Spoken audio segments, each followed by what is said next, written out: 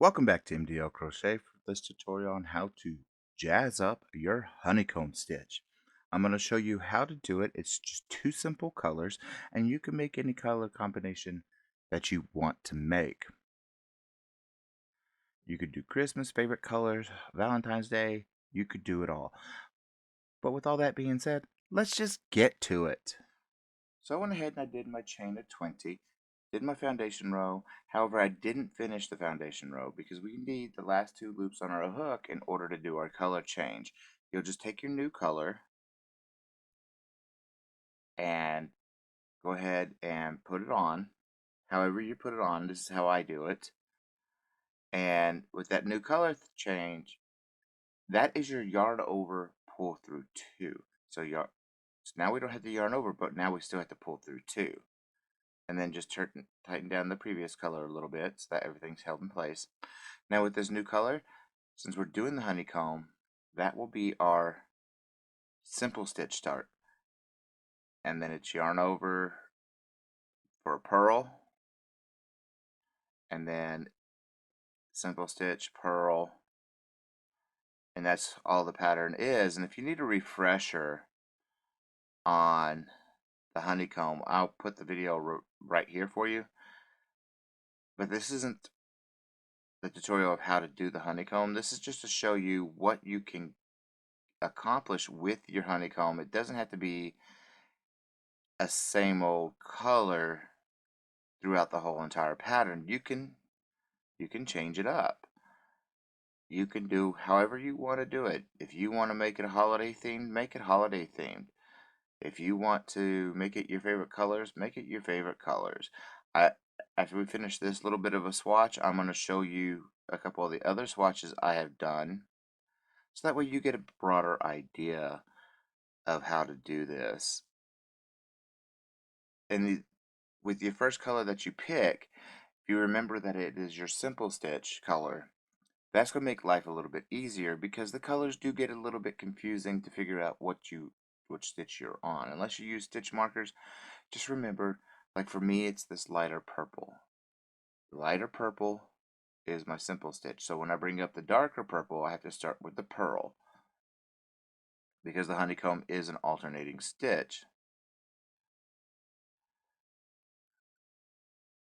And it's just a standard return pass like we have always been doing, like we always do,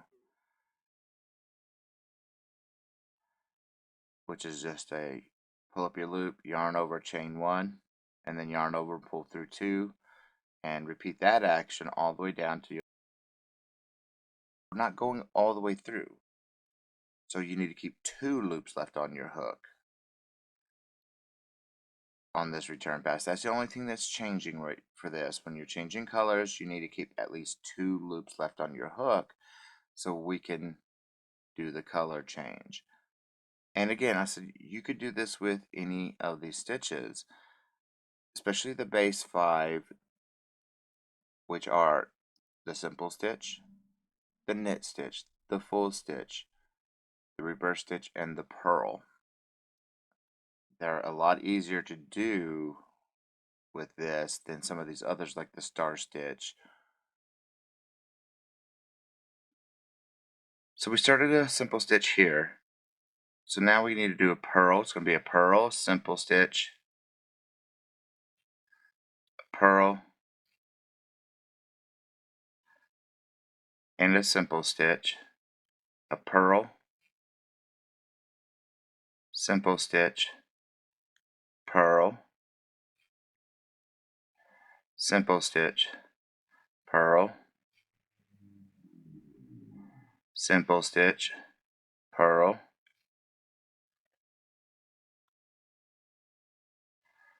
simple stitch, purl, simple stitch, purl, simple stitch, purl, and a simple stitch. Now, if you can remember with your color which color you're starting with what, it's going to help you so much easier. Or you could place a stitch marker to know that, okay, with the lighter color I started with the simple stitch, the darker color it starts with a purl. And that'll make your life so much better when you're working with this, because it can get a little confusing. And of course, it's a standard return pass. And then remembering you got to keep that last two loops left on your hook, so that way we can change colors.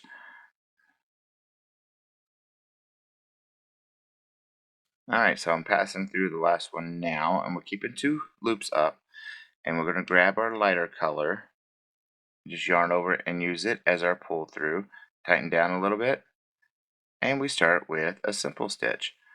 And that's how easy it is. I'm going to go ahead and work a few more rows off camera, and then we're going to come back and look at what we've done. Plus, I'm going to show you some other swatches I have worked up in different color schemes, so you can get a better idea. And I think with the alternating colors in the honeycomb, it actually gives a really cool look. It gives you a really cool look of a texture, but there's not texture besides the honeycomb aspect, but it gives you, I love the way it looks. So just give me a few minutes and I'll be right back, and we will show off this swatch that I'm making now, and then I'll show you a couple other swatches about the changing of your colors. See you in just a moment. So how you want to do the last row is what your last color is the color you're going to close it off with. So we're just going to pull through. And how you're going to close off? Well, we started this with a pearl because that's our pearl color. So we're going to do it as a simple stitch. And then a pearl for the next one. Just follow the pattern to help close it off. It keeps the pattern continuous and it just looks better. I'm going to go ahead and finish closing this off, weaving my ends, and then we'll look at it